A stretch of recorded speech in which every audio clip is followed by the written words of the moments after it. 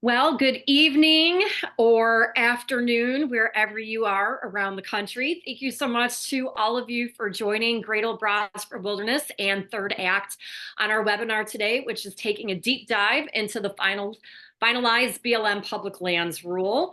It is wonderful to have so many of you joining us today. I have a feeling that several, if not many of you on this call were involved in our first webinars that we did when we submitted comments on the draft ruling. So thank you for joining us again. A huge shout out to Danielle Murray, who is the policy director, the policy advisor for the Wilderness Society and Conservation Lands Foundation, and also to Michael Carroll, who is the BLM campaign director for the Wilderness Society. And also thank you to Bruce Hamilton with Third Act as we share with you this great information today. I just wanted to kind of kick off the meeting with a big welcome to you all. For Great Old Broads for Wilderness, we want to acknowledge right off the bat the Bureau of Land Management for releasing its final public lands rule. This is bringing balance to uphold the multi-use mission of the agency, and it was bold for them and of the Biden administration to do this. And thank you. Thank you for making that happen. And if you know folks in the agencies, please say thank you. They have a hard job sometimes, and we're appreciative of them wanting to see conservation on the same level as the other uses for our public lands. Also, on behalf of Great Old Broads for Wilderness, I just want to acknowledge that this is an incredibly rare opportunity for us as citizens of the United States to change how the BLM handles the needs of wild ecosystems for the betterment of the different locations and the conflict that exists right now between natural resource extraction and development.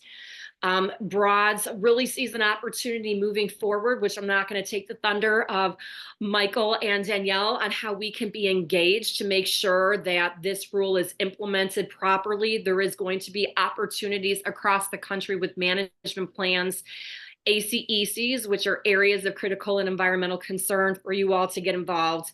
And this evening, we're going to walk away with an action item that all of you can continue to help us with. Great spoiler alert coming about how so many of you already have started that. I'm going to kick this over to Bruce right now to do a welcome also. All right. Well, thank you. Greatly appreciate all of you coming.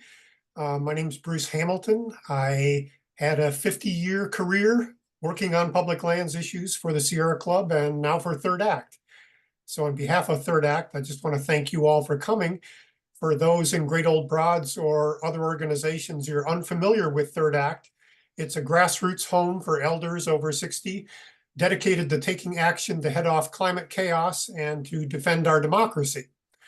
This summer, Third Actors have something called the Summer of Heat, where we and our allies are working to protest against the largest commercial banks that are funding dirty fossil fuel extraction and burning projects all across the globe. And we seek to cut off the money pipeline. We're going to keep that up. But in addition to working on the money pipeline, the other thing you can do is cut off the supply of oil and gas and coal leases to the dirty energy industries. And this particular BLM public rule is going to help that way. Over a third of the US landmass are public lands. Those are lands that belong to all Americans. But the way that our public lands are being managed right now really makes them a major contributor to the climate problem rather than being part of the climate solution.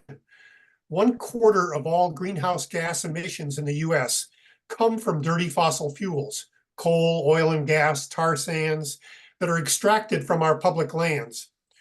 Now, if we were to reverse the climate crisis and restore a stable climate for all living beings, we would stop supplying all this dirty fuel from our public lands and instead keep that in the ground and switch over to clean, renewable energy instead. And that is the path we need to be on. Already, we're seeing major progress in this area, led by President Biden and his federal land management agencies. Some of the most exciting news just happening over the last year: in the Western Arctic, far on the north slope of Alaska, the Biden administration took a bold move And the National Petroleum Reserve Alaska, which was an area set aside to protect and extract oil and gas, they decided that that no longer should necessarily be the priority there. And instead, they declared that 13 million acres of the highest value wildlife habitat would be off limits to future oil and gas leasing and instead be protected both for the wildlife values, but also for climate change. Similarly, another bold move in the lower 48, the Powder River Basin in northeast Wyoming and southeast Montana. This basin is the largest supplier of coal that feeds coal-fired power plants in the United States and also internationally. And the Biden administration just decided to end future coal leasing in this. Now, both of these actions are bold, friendly climate actions, and they're being challenged in the courts. But this is the kind of stuff that the Biden administration is doing to show they're serious about climate change. And now the biggest change of all, the Biden administration is talking about changing the rules of the game and how we manage the public lands that are administered by the Bureau of Land Management. The Bureau of Land Management is called the BLM. It's the federal agency that manages most of the federal lands, and it does most of the coal and oil and gas leasing in this country. Up until now, 90% of our BLM public lands were open to leasing at bargain basement rates for coal, oil, gas, tar sands, and the rest. But under Biden's new public lands rule that you're going to hear about, no longer will energy extraction and production be the top priority of the Federal Land Management Agency. This is a really big deal, and it demonstrates the commitment of the Biden administration to bold climate action, something that we've never seen from any other administration. So with that introduction, I want to turn it over to the experts that are on our panel today. First, we're going to hear from Danielle Murray. As you heard, she's a public lands consultant with the Conservation Lands Foundation and the Wilderness Society. So welcome, Danielle. Thank you, Bruce. Thank you, Sarah. I'm hopefully sharing my screen right now so everyone can see it. You are. And Danielle, Okay. I just want to reassure people that if they have questions during your presentation, so please put them in the question and answer section. And after you and Michael present, we're going to have an opportunity to answer those questions that folks are providing during your time. We're going to have a lot of time for discussion and questions at the end, which are always kind of the best part of the presentation. So thank you, and thank you all for joining today. So we are going to talk about the public lands rule, as Bruce and Sarah mentioned. We are going to kind of set the stage of why the rule is so important. We're going to talk about why this is so important to solving the climate and biodiversity crisis. We're going to talk a little bit about the historic mismanagement of these public lands, then the public lands rule, what is in it, why it actually kind of changes this mismanagement paradigm. We're going to talk about the attacks on the public lands rule, and then really end with how you can help. And that fits in with implementation and defense. And again, we'll leave a lot of time for discussion and questions. As Bruce said, my name is Danielle Murray. My background is in environmental law. For the past 15 years, I've worked on BLM policy and planning with the Conservation Lands Foundation. Most recently helped co-lead the Public Lands Rule campaign with the Wilderness Society.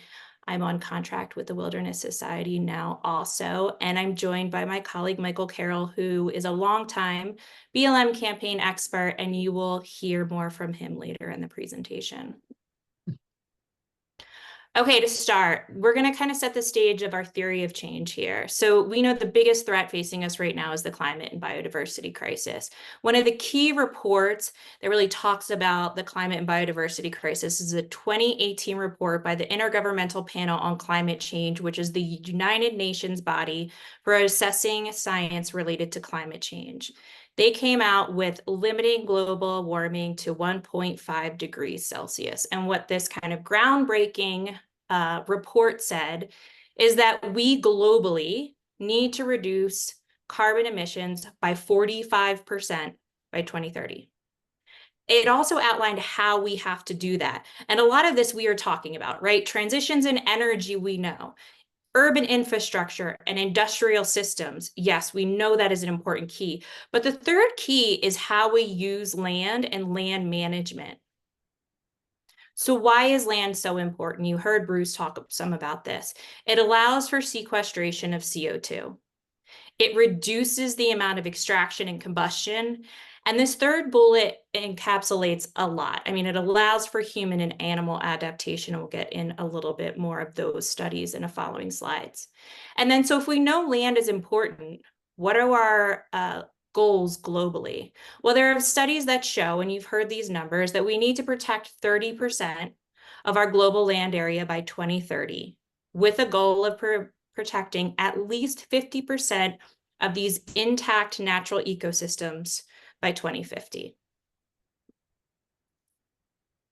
So a little bit more about the connection between climate change and land. So the Intergovernmental Panel on Climate Change came out with another report on climate change and land. We all know this. Land provides the principal basis for human livelihoods. It also is really important role in climate systems. Sustainable land management is the goal. It contributes to reducing the negative impacts of stressors, including climate change, on ecosystems and societies. And then lastly, 30 by 30. So I think a lot of people think 30 by 30 is kind of a political campaign. It's not. It's based on a report that stemmed from the initial IPCC findings.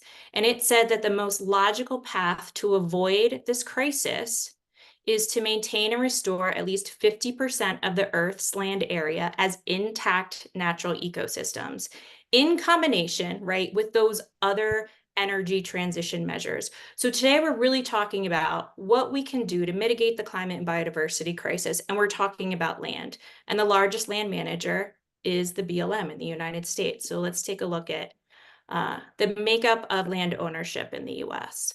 So we are really lucky, unlike a lot of other nations, that about 25% of the US is managed by the federal government. And many of us have heard of the national parks and really well known. This little known agency, the Bureau of Land Management, actually manages over 250 million acres of public land. It is the largest land managing agency in the United States. And studies have shown that due to the amount of land mass available and the amount of current extraction that's actually taking place on these BLM public lands, this represents the biggest opportunity to mitigate the biodiversity and climate crisis and achieve 30 by 30. And there are actual studies that show these are actual BLM lands in California. It's not all just desert. They're really beautiful. So just wanted to kind of throw in some pictures of the places that we are all working to protect. So a Center for American Progress did a report, and they looked at the entire land mass of the United States. They looked at what's in a natural state and the opportunity to advance protections. It's very similar to the global 30 by 30 report and the map that I originally showed you. The other thing they looked at is who was actually managing or owns these lands. Are they private? Are they public? Are they state? They found that first, currently protected lands in the United States, 13%. So we have a long way to go to reach that 30%. What they also found is this little known agency, the Bureau of Land Management, represents the biggest opportunity to advance conservation and meet 30 by 30 goals. Again, these natural ecosystems and the amount of extraction that has on the lands makes BLM a top priority. So we're talking a lot about climate here. I know a lot of climate and conservation activists care really deeply about the biodiversity crisis. So I have one slide in here that just demonstrates how important these BLM lands are for biodiversity. I'm not going to read all of this, but I'll just highlight that second bullet, that BLM lands contain a higher density of biodiversity than our forests and our Forest Service, and provide more habitat for imperiled species than lands managed by the National Park Service. These are really important lands. These are your migratory habitats. These are the lands immediately adjacent. These are really important for the future of biodiversity in the United States. So we're going to switch over to the challenge we have before ourselves and the need for the public lands rule. We know that BLM represents the biggest opportunity, but right now the paradigm of management that is set up under the BLM does not reflect the needs of the 21st century. And what happened is there was a law passed that guided how BLM was supposed to be managing their public lands. It included things like watersheds and wildlife and restoration and conservation. The law was passed in 1970, but what happened is President Reagan was elected. Secretary Watt took over as Secretary of Interior, and this agency went far right, and it's never come back. So for over 50 years, it has been managed and skewed towards extraction, commodity-driven extraction and resources. So here are some of the stats, right? I think it's all the land is kind of open. And another stat that I find surprising, along with the one that Bruce mentioned about 25% of extraction coming from our public lands, is that if American public lands were a country, they would be the 5th largest greenhouse gas emitter in the world. And these are our public lands. They should be sequestering carbon, not be ultimate polluters. So this is a huge challenge. So we have a huge opportunity and a huge challenge here. The good news is that's why we're here to talk about the public lands rule today, all that kind of context about the history, how this is managed in the climate crisis. Luckily, this administration has recognized that these lands represent the single biggest opportunity to advance conservation, to achieve 30 by 30 in the US, and that it's nearly impossible to achieve some of these goals if we don't transform how this agency manages public lands. Good news. We are making progress today. So here's kind of a short snapshot of the public lands rule campaign, and I'll be amiss if I didn't say there's my cute dog and my cute kid with my husband on a boat on our public lands that are unprotected currently in the state of Colorado. But in March of 2023, the BLM did release a draft rule that updated and modernized how the agency would manage its public land. So this is all planning, all decision making. And all of you, the Broads, Third Act, were a part of this. The draft rule was released. There was a comment period, letters to the editor, op-eds were written. We were really in a big fight. I think a lot of the industry and representatives that are really connected to industry felt like this was an inadequacy. They've had control over our public lands for so long, they did not want to see balance. But we actually had a final rule published in May of 2024, so a little over a month ago.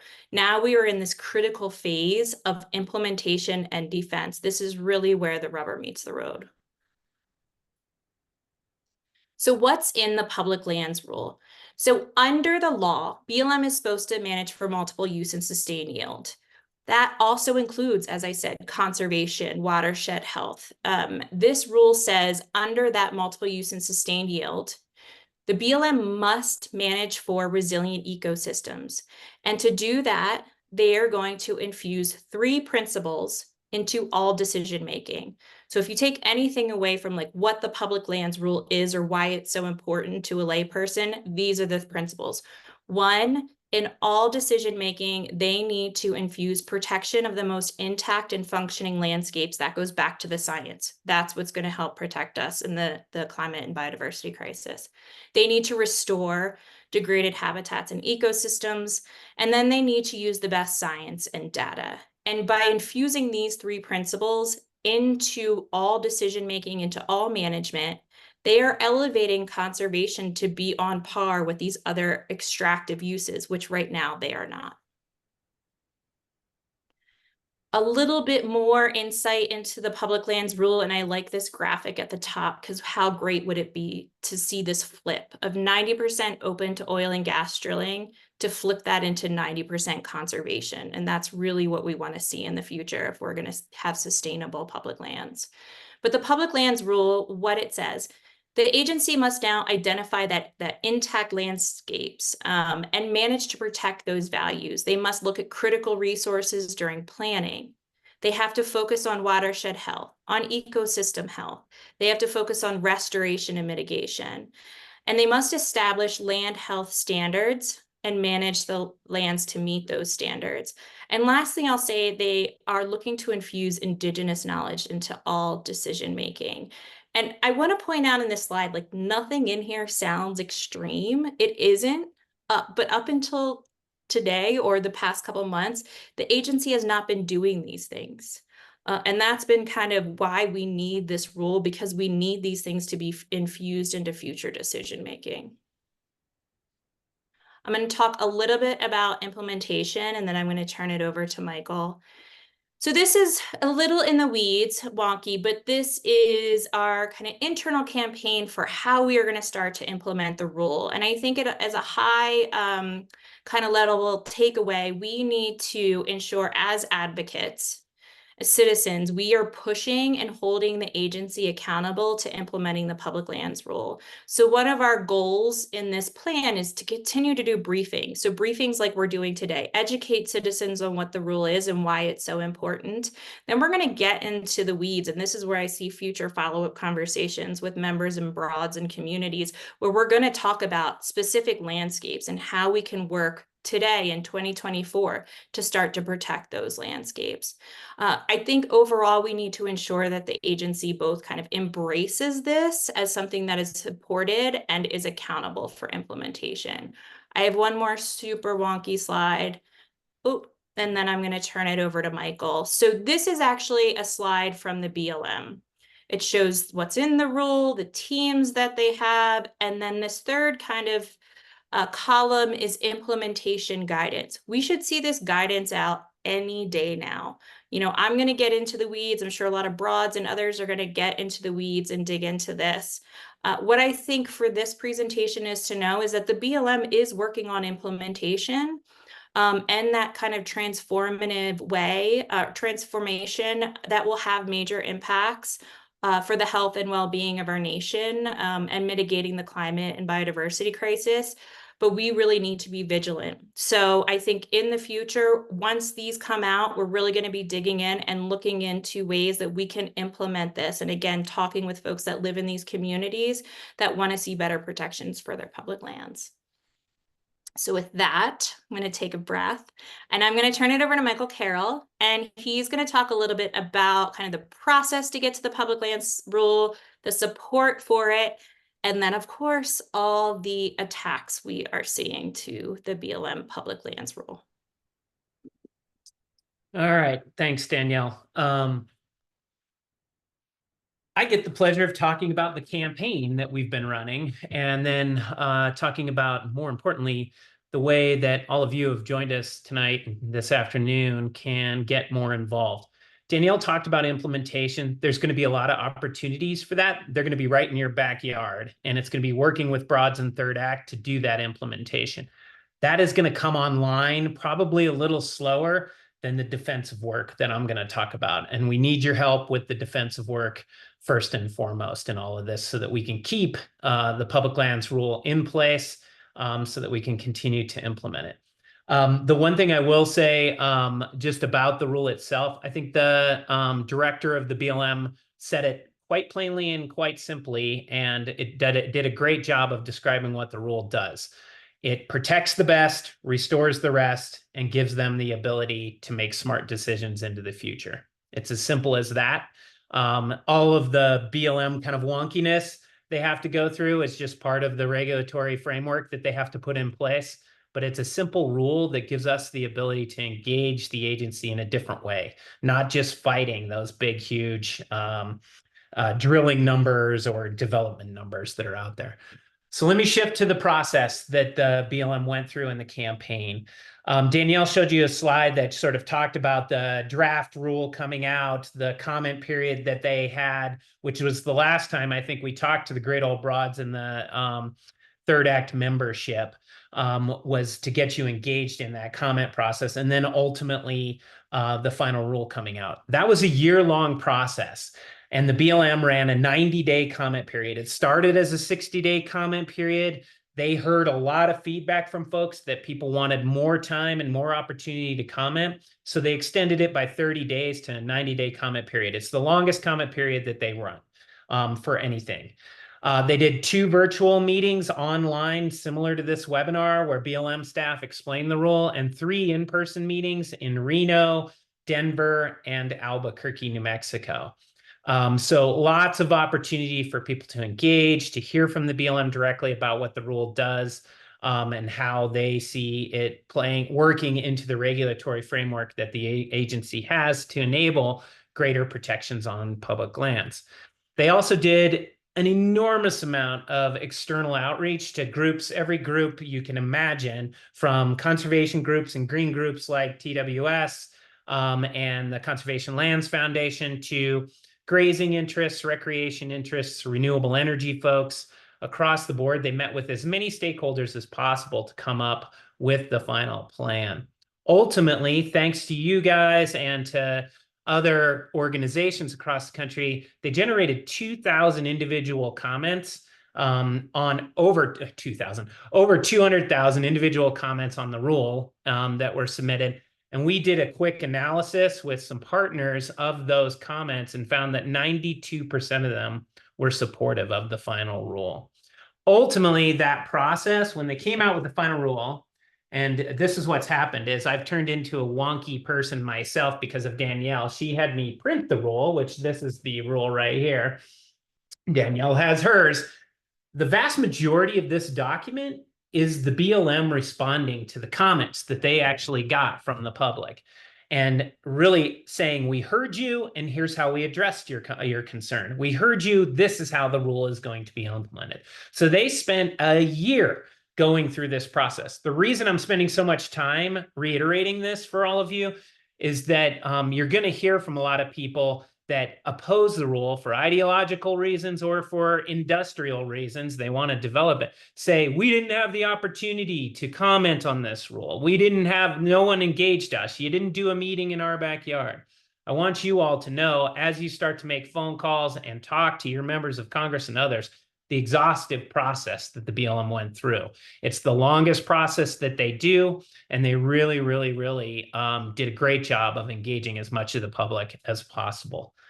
All right, Danielle, let's move on to the next one. So support. You saw me talk about that 92% number. This isn't going to be news to you all, right? The vast majority of the public supports conservation. You know, every poll that's been out there that's been done says, 70, 65, 70 and above percentage of people across the West and people across the country want to see more conservation of public lands in particular, and conservation in general, but conservation and access to public lands more readily. Poll after poll after poll that have come out have said the public lands rule is well supported by people across the West, as well as just conservation writ large. In addition to that polling, or sort of underneath all of that polling, is support from a vast majority of elected officials and leaders across the West.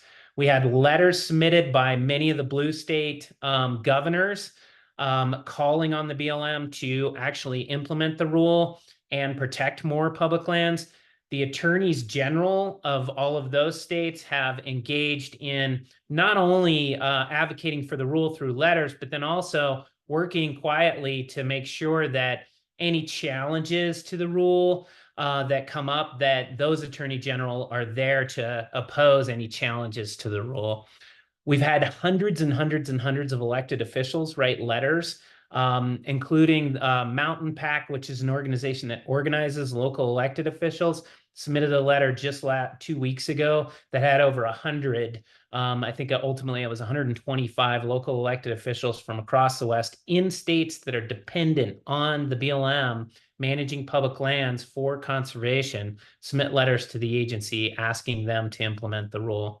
Scientists, we've had scientists across the West and around the country submit new papers and discussion about the importance of the public lands rule in terms of doing just what Danielle was talking about, becoming the mechanism by which we can protect the connective tissue between those parks. A lot of cases across this country, national parks protect a certain thing, right? You go to Grand Canyon, it's protecting the canyon. You go to Mesa Verde, it's protecting the archaeological resources that are there. In between those parks often is a lot of federal public land that is managed by the BLM.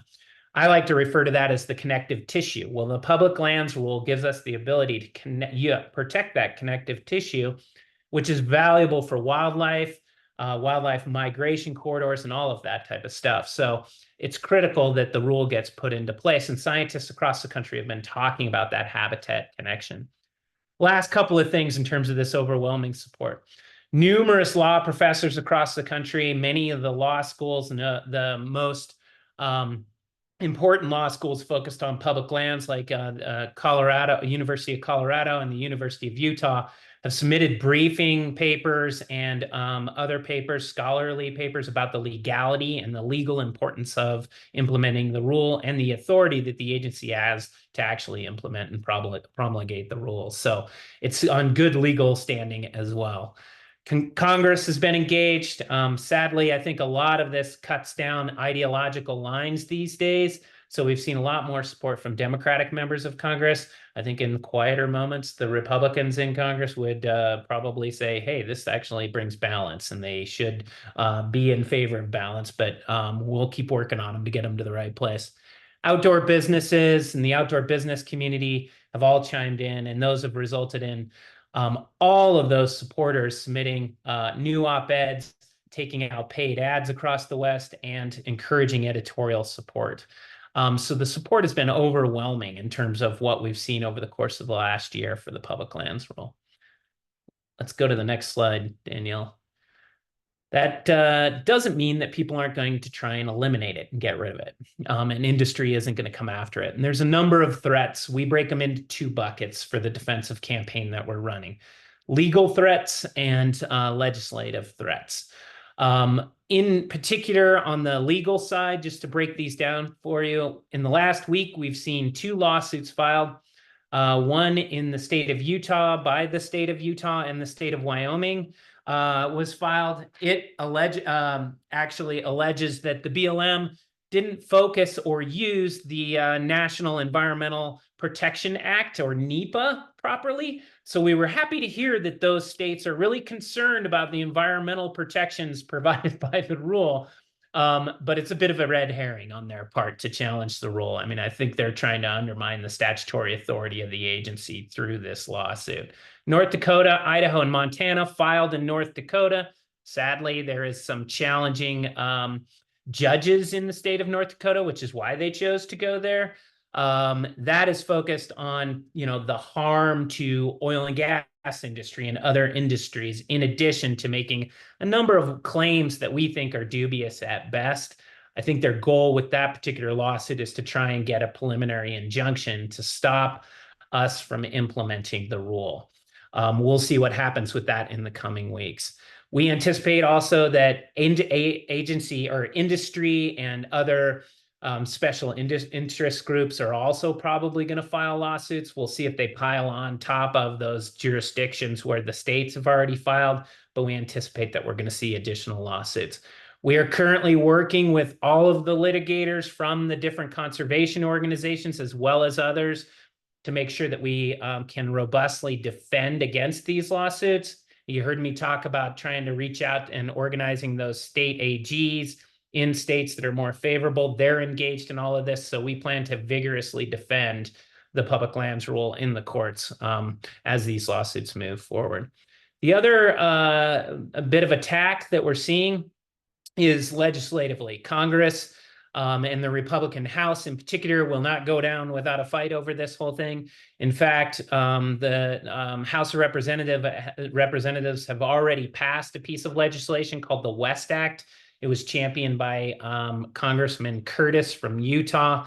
That's the bill number that's on your screens there. It passed the House on party lines. We lost 3 members of the Democratic caucus on that vote. Representative Cuellar from Texas, Representative Perez from Washington State, and Representative Golden from Maine.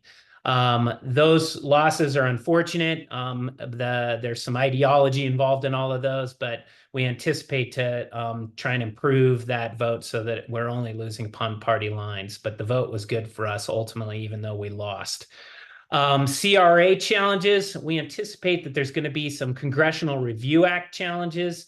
You've probably heard of this before, but this is a way that Congress can actually claw back regulations that are put in place by federal agencies. We anticipate that there's going to be votes in the House. We'll lose that vote. Again, we're going to fight like hell to keep that along party lines.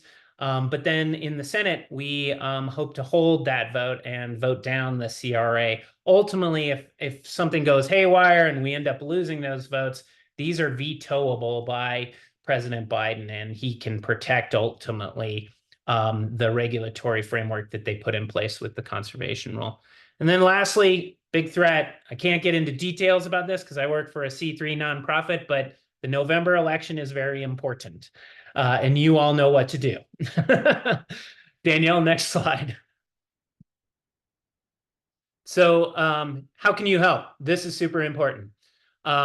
We need you to engage your members in these defensive efforts and tell them that you support the public lands rule and that you would like to see it implemented and see them vote against any effort to derail the public lands rule in Congress. So those Congressional Review Act votes that are coming up or other legislation that comes up, we want them to vote against it.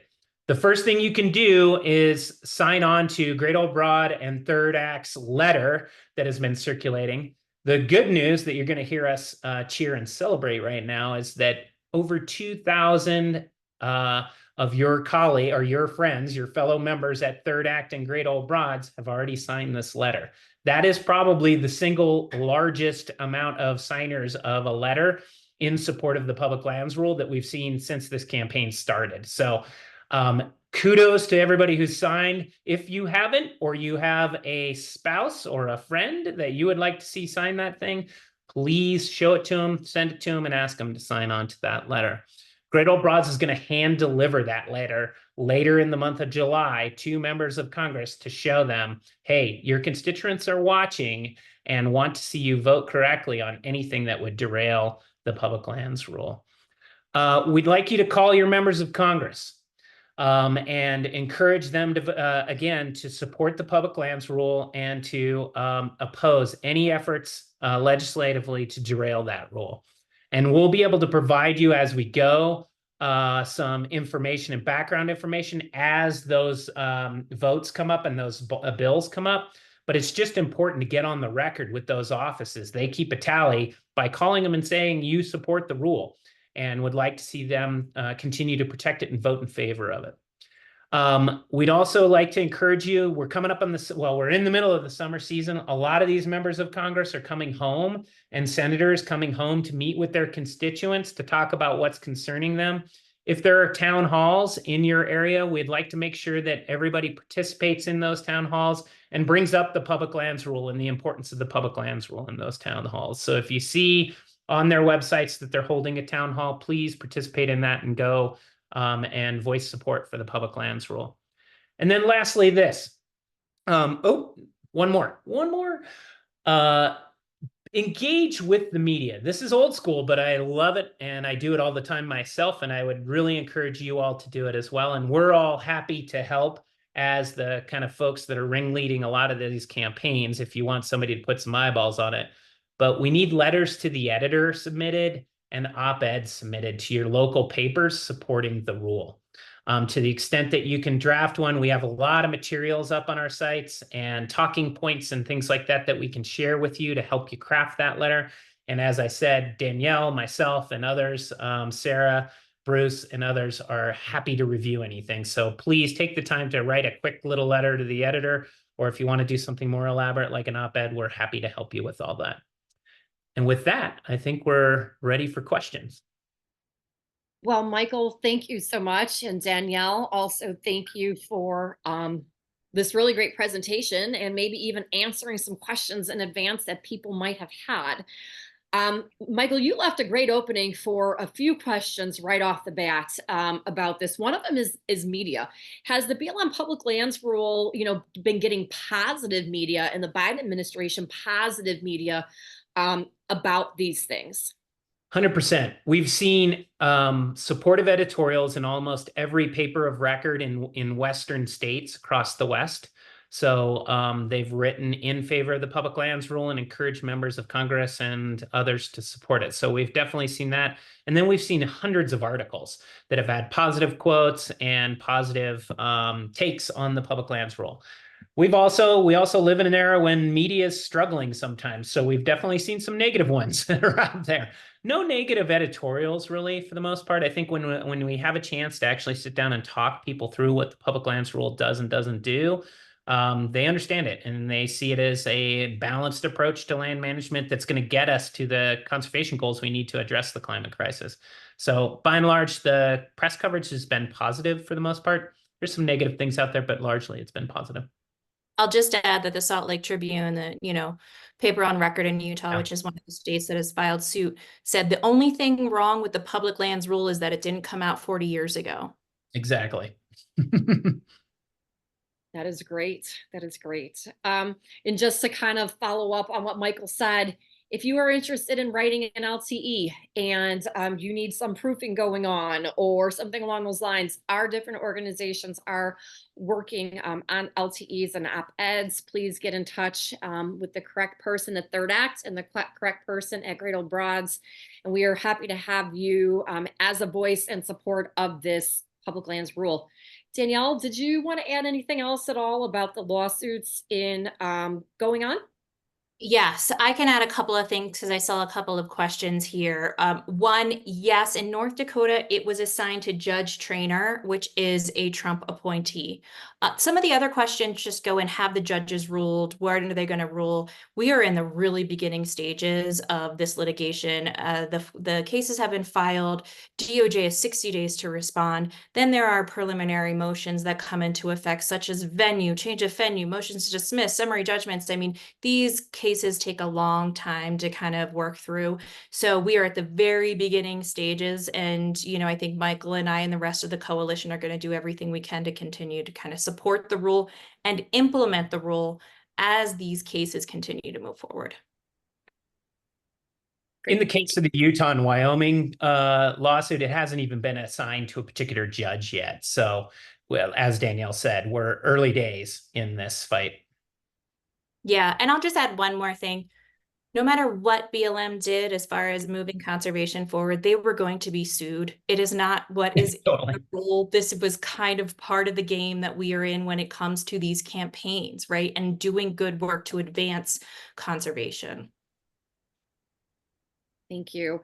And then, Michael, before we get off the topic of legislation in DC and the West Act, do you happen to know why some of the representatives, like Representative Golden, may have voted the way that they did, or, others? Sure. I mean, in Representative Golden's case, he's from Maine. And so a lot of times you'll have Eastern Democrats who, see an opportunity, especially in a place like Maine, to take a more conservative vote and vote against something that isn't as prevalent in the East in terms of the BLM. There's not much BLM land in the East. So I think he's triangulating politically to try and, bring on some Republican votes to his campaign. We've worked him over pretty good for what it's worth in terms of getting people to contact him, writing letters, all that type of stuff. So we'll see. Hopefully, as we move forward, he'll start to understand that these votes are important to people in his district and to folks that live in Maine because they care about public lands, right? And the BLM manages the most public lands in this country, even if there are not a lot of them in Maine. So we'll see what happens. I'll put in one plug. If you live in Maine and you're on this call, we would love to have you contact his office and say you support the public lands rule and we're disappointed by his vote on the West Act and hope that he'll vote correctly in the future. That would be great. Thank you. So the BLM has had land health standards for a long time, but they have not monitored or changed their practices with standards, and standards haven't been met. Can we expect something different now? Yes, I mean, they have had land health standards just for grazing. Great. And now they are going to be applied to every single land management decision within the agency. They're also going to elevate watershed health, ecosystem resilience. So the landscape health assessment has been taken from a one use assessment to now it is going to be part of what the BLM does in every single decision making. And it's going to be up to people like Broads and Third Act and, Michael and conservation groups to hold them accountable for that. But the intent is, yes, that this is going to be much higher of a priority, that they need to know the land health before they make decisions about how to manage it. Thank you. we have a great question about permitting. The public lands rule won't require the BLM to issue fewer permits for drilling, mining, and grazing. Is that part of it, or what's it going to do for permits? Interesting. So I'm going to just give you an example. So for planning, there was a recent plan in the Colorado Grand Junction, Colorado River watershed. And what the agency did is they looked at areas open to oil and gas development and those closed. And what they decided was, although the rule wasn't out, they were going to start implementing principles of the rule. And one was ecosystem resilience and intact landscapes. And so they closed a large part of that landscape to new permitting and took it off the table through land use planning. So those are the type of things we will see in the future, that instead of 90% open, the agency will look and say, what are the high value, maybe lands for oil and gas development? Oh, they're only 5%. Well, let's look at closing everything else, because there are other important values that we are finding there. And so there will be less opportunities for permits and permitting on public lands. And the examples that I brought up earlier, even though it wasn't with the public lands rule, I mean, in the case of the Powder River Basin and coal, they just, they were sued by conservationists saying you're just willy-nilly issuing coal leases, and yet in fact, no coal companies are coming and bidding on these because we're shutting down coal-fired power plants. We aren't building new ones. And they realized that in fact, they had an obligation and there wasn't a demand, and they ought to be looking at conservation instead. They did the same thing with saying, the way that they proposed to the Trump administration before, open up the Arctic National Wildlife Refuge to oil and gas drilling. And they turned around and said, this was done wrong and this ought to be protected for wildlife and we shouldn't be issuing leases here. And so, I think they just need to be mindful of this. I mean, a lot of this transformation was starting to take place, during the Obama administration, and then it got rescinded when Trump came in. And Deb Haaland, who oversees the BLM, she's committed to this. And she's really changing the tenor, and having a BLM director who believes in this makes all the difference in the world. But, it can all change in November. And even though Michael works for a C3, I don't.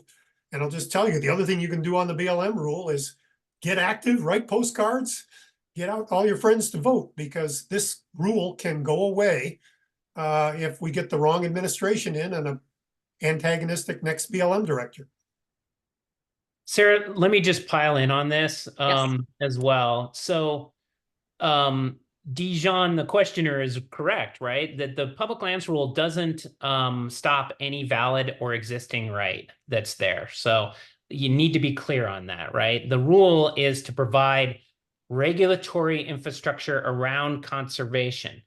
The way I've looked at this, and Bruce was alluding to this in his response about this question, is that we haven't had this regulatory infrastructure for 50 years. They never did it because James Watt came in and basically said, well, we're not going to focus on that part of the law that talks about conservation, and just didn't do the regulatory infrastructure. So the agency never had.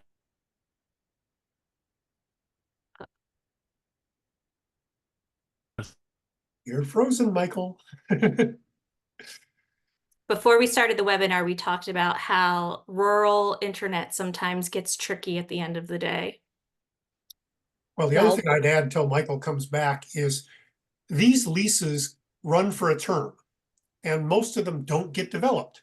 So if you have an oil and gas lease that's for 10 years and it's just been automatically renewed time and time again, next time it expires, they're going to put a new filter on it and say, is this really the best use, or should we be doing conservation instead? So there's an opportunity to undo some of the past damage. We talked about how 90% of this is open, but most of it hasn't been developed. They sit on these leases, and it's time to take them back and put them in the public interest. Right. They sit on these leases and they don't manage for other values at the same time. And so this rule would say, enough of that. You need to start managing for wildlife, watershed health, intact natural landscapes, which is all key, as we now know, to mitigating the biological and or climate and biological diversity crisis. Too many words. Okay, Michael, you froze and you're continuing to freeze. Michael is continuing to freeze. We're okay if we don't see your wonderful face, Michael, if going off of camera helps. Yeah, let me try that. All right. Can you still hear me? We Yes. can. Okay. I've been trying to adjust the rabbit ears on my computer, but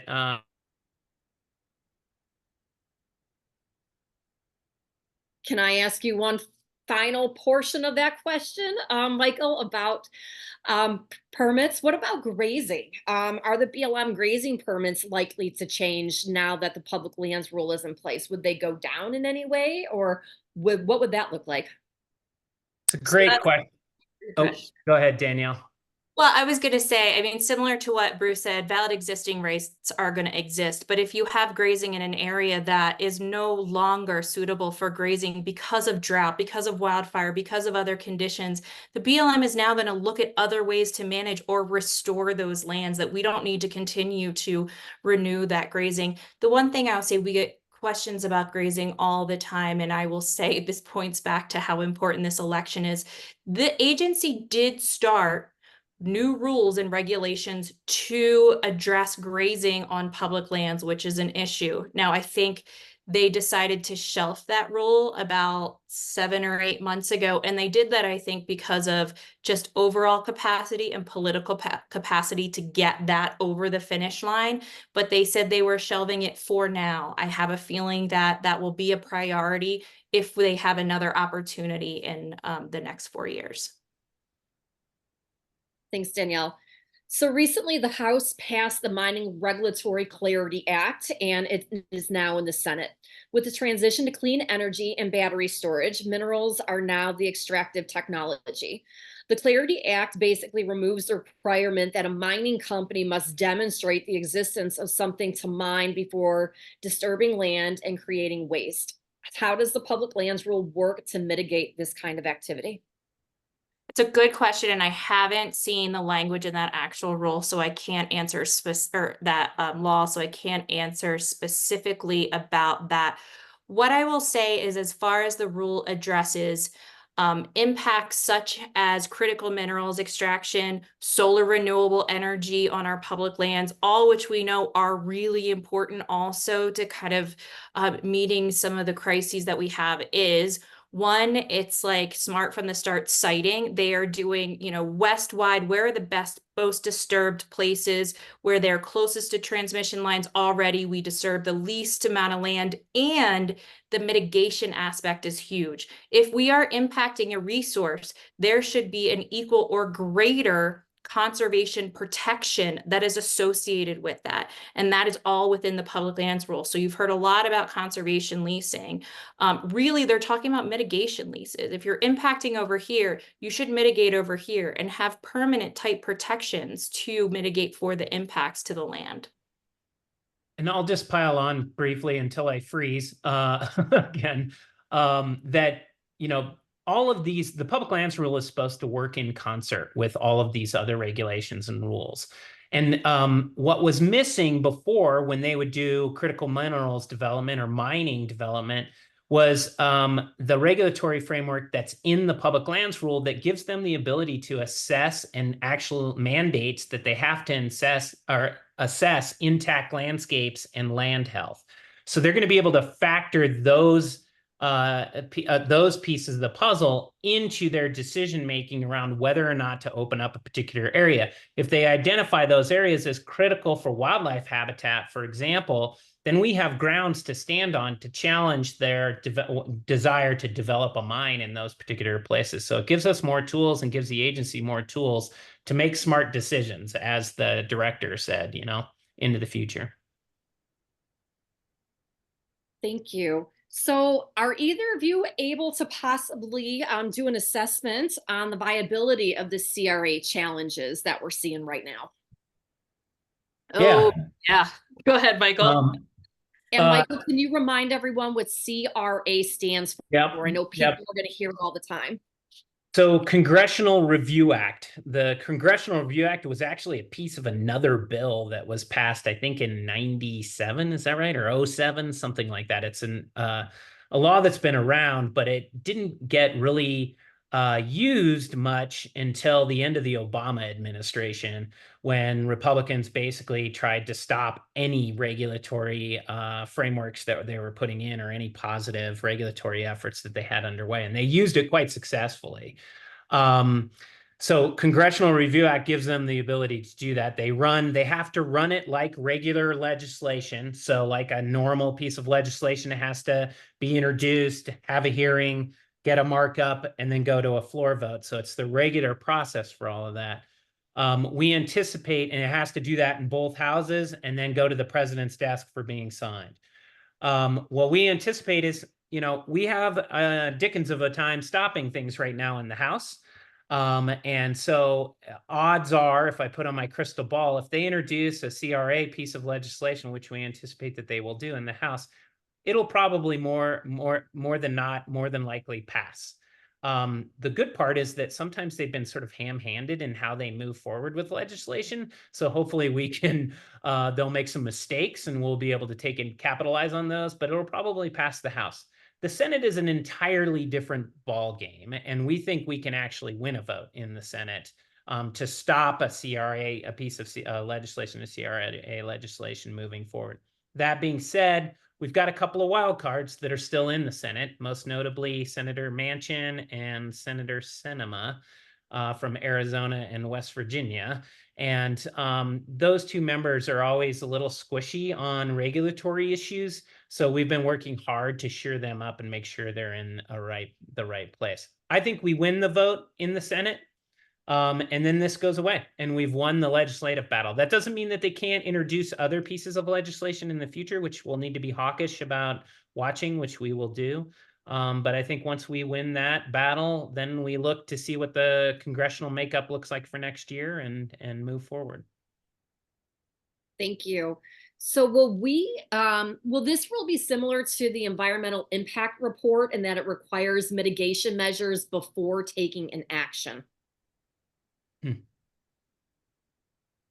So what it requires as far as the mitigation hierarchy is it requires that to be infused in all agency decision-making and planning. So the agency will have to look in the mitigation hierarchy starts with actual avoidance of impacts altogether and then goes through to actually some sort of compensatory mitigation. So I'm not exactly sure what the question is, but as far as mitigation is concerned, the agency is going to have to show their work in every decision that they make, that they are considering mitigation and how to mitigate for impacts in every decision that they make.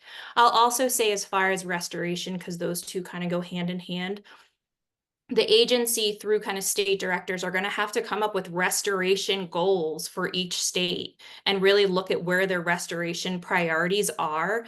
And once they identify those will be prioritized as far as funding, as far as future mitigation leases or restoration leases. So there will be a lot more emphasis on kind of this mitigation and restoration framework. Thank you. So how are we going to be able to make sure that the BLM sticks to this conservation lands rule, public lands rule, and that we don't see them kind of backsliding? Well, here we are today. Yeah, here we are today. It's meetings like this. It's the 2,000 people that signed the letter that Great Old Broads and Third Act have put together. And then it's getting engaged in implementation. Planning often can be kind of this wonky thing that people, often overlook. But that's where the rubber is really going to meet the road in terms of us getting conservation gains on the ground. And those BLM offices are not used to having a lot of people engage in planning, frankly. They work in these quiet little back rooms a lot of times on these plans. So getting involved in those planning processes moving forward. If we get a second term of the Biden administration, I think those plans and those planning efforts are going to be the ticket for trying to see greater protections across the West. So we'll need everybody to be engaged in those processes. As my friend Brock Evans used to say, endless pressure, endlessly applied. 100%. But beyond that, the other thing to think of is the Bureau of Land Management personnel have been skewed in the past so that most of them are in the mineral leasing department, and you might have one wildlife biologist for millions of acres. And just that fact that this new directive comes from Washington, and maybe the state directors like it too, the culture in the BLM for so long, and these are career employees that have been there, has been, get out the cut, up the grazing allotments, and turn around and lease as much as you can, because those are bringing in revenues, and the states have been giving them pressure that way. And so these are public lands, but the public needs to be involved in it, because otherwise the miners, the loggers, the grazers will all come in and assert the pressure and say, hey, good old buddy, we've always worked with you and nothing's really changed. So keep it rolling. And so, you got to stay involved steadily or the whole thing will backslide.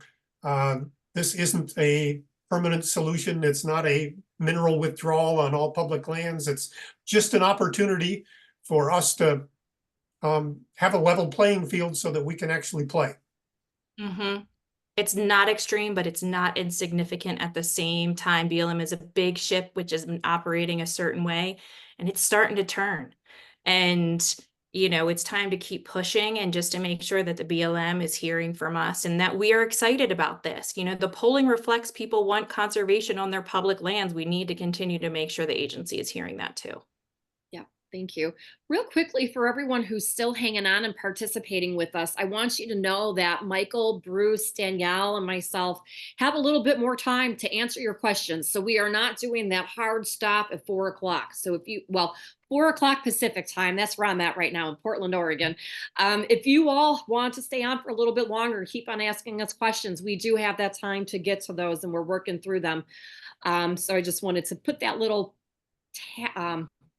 I don't know, I can't even think of the word right now, plug in for, asking a few more if you have them. Bruce, before I pass the mic back to Danielle and Michael on some specific BLM public lands rule questions, we have some members from Third Act wanting to know, how can they plug into activities around the public lands rule issue with Third Act in their areas and in their state? Well, we have some information up on the national website. If you were to contact me, which is, well, I'll put my email address in the chat so that you can contact me directly. But we will be putting more information up on the website so that there will be model social media posts and things like that to be involved. The other thing is, I would urge you to just go to this what is it called? Act Now for the Public Lands website, because it's got all the resources there. And, Third Act doesn't have experts in this rule on staff, and I am not an expert on this rule. So, go leaning to that other website where Danielle and Michael can look at the stuff and answer your questions directly is the best. But, if Third Act wants to have a meeting with your local working group, with your member of Congress when they're back, please do. And if you want to get more engaged, as I said, I'll just put my email address here in the chat and you can contact me directly and we can brainstorm about it. Okay, thank you. And another question that we have for you all is, will renewable energy projects be required to do the same review process as extractive industries? And then do you have possible examples or an exception? Are there exceptions? There are no exceptions. So Congress hasn't passed any exceptions. And yes, they're going to have to go through every extractive industry, go through the NEPA process. So once there's a major federal action significantly affecting the quality of the human environment, or NEPA, they have to go through a planning process, which is public, which they have to assess environmental impacts. They have to look at alternatives. And so, yes, renewable energy siting will have to go through the same thing. I will say right now, and this is a little tangential to the BLM public lands rule, the agency is really trying to look at areas and taking that first step to see where the best places to site some of these large scale renewable energy projects on, as I said, degraded lands close to transmission lines, where it's going to be more of a straightforward, streamlined NEPA process because they're already avoiding some of those more tricky impacts endangered species, other things. So yes, no exemptions right now, same process, but the administration is really looking to try to make sure that it is more streamlined through doing some larger programmatic EISs right now. If that was English, I don't know. Thank you, Danielle. Someone actually asked a question that I'm not even sure about on here. Well, I'm learning so much all the time from these three wonderful experts who I get to work with. So thank you. Has there been any discussion about the newly formed BLM trust and how that will work to help BLM do a better job? So I'm not sure about a BLM trust, or if we need to get a little bit more feedback from the person who asked the question. So there was a congressionally created fundraising arm for the BLM, and that organization is starting to get up and running, and they have funds. Right now they're really focused on getting education out and outreach on our public lands, impacts to public lands. There's so many users right now. They're looking at kind of recreation awareness and other things. I'm not sure how much they will engage in the public lands rule, but yes, there is now a congressionally sanctioned nonprofit arm of the BLM, and they're just getting up and started. So we're really just kind of learning more and more about where they will focus. If that foundation though follows, so there's similar foundations that were established for the Park Service and for the Forest Service. So if that foundation follows the examples of those particular agencies, we will see them get much more involved in, for example, providing grants to BLM offices and local communities to work with the BLM to do restoration projects and those types of things. I think we'll need to see that foundation. I think they just hired earlier this year or late last year the first executive director of that foundation. So it is really new. So hopefully we'll see that actually bring some more attention to the resource needs of the agency. Thank you. And then is there going to be any, mitigation money or project money directly coming from the BLM to communities in different ways at all? So I was actually just responding to this question. And so just to be clear, if there are active mining, grazing projects where people are making an income and there are jobs, so there are valid existing rights that are taking place as we speak, this public lands rule will not impact shut down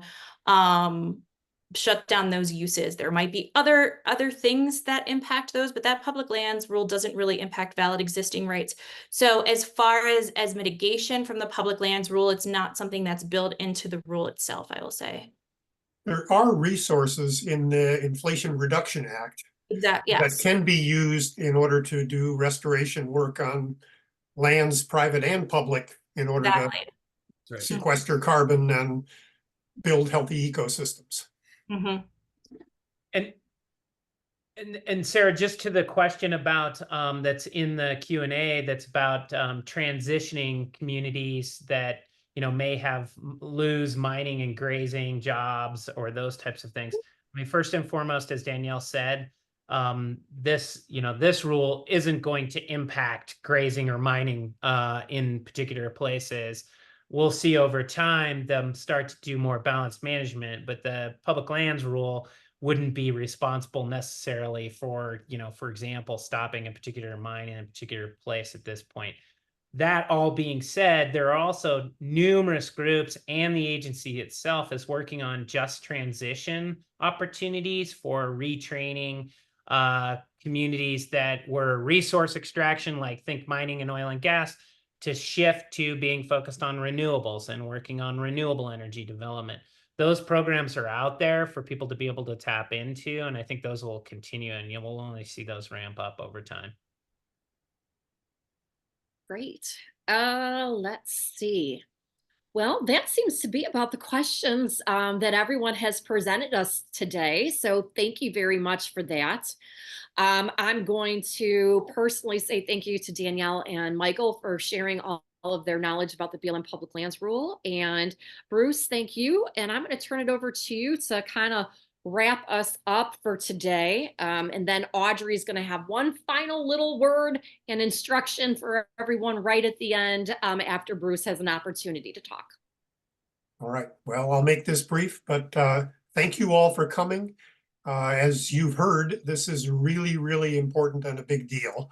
And it seems very obscure, and don't get down in the weeds with all the little flow charts that BLM gives you and stuff. You can speak as an expert because you are an owner of these lands. And so just contact your member of Congress or contact your local public official, but try to get them to weigh in and support this and just say, this is just a matter of climate justice. We have been mismanaging these lands for far too long. They've never been on a multiple use sustained yield basis. Conservation needs to be lifted up, and this is the time to do it. And so if you haven't already signed the letter, please go and do that. But if you have, please don't rest on your laurels. There's lots more to do. Just monitor this, because it will change over the months until we finally have these threats go away. I mean, the Congressional Review Act has to happen in a certain period or they can't do it. And so maybe we'll get past that, then the election, and then we'll get past that. But, keep watching this, and then hopefully we'll get to a place where this is the new law of the land and we're operating on a whole new realm. And that way our climate will be protected, our grandchildren will be protected, wildlife and biodiversity will be protected.